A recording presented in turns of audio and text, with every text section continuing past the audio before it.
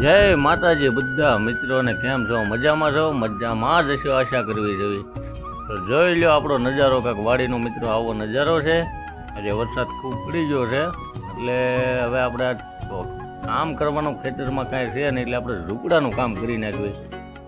કેમ કે જોકે ઓલરેડી પપ્પા ઝૂંપડાનું કામ કરે છે એટલે કાંક કાગળ આડો બાંધી દીધો છે આપણે જો. કેમ કે અંદર વરસાદ આવે છે, કેમ કે આ બાજુનો સામાનો વરસાદ હોય એટલે અંદર વરસાદ આવી જાય છે. આપણે થોડોક આ છે દાંતેડું ગળું વાટવાનું એટલે ખડ વાટવાનું.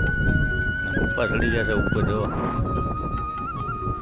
હવે એ બાંધી નળી ખરે નહીં એમ.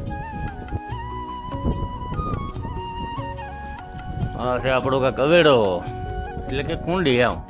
આ ધીમે ધીમે સાટા તો શરૂ થઈ ગયા છે પણ તોય તમે જુઓ. હવે નદી બતાવું તમને, જુઓ તમે અત્યારે ખેતરમાં. અરે ભાઈ એટલા ભાગી નહીં જતા.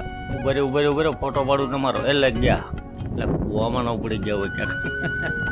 ના ના ના આમ જો ભાઈ આ ખેતરોમાં પાણી બધી રહ્યા છે એવો વરસાદ આવી ગયો છે.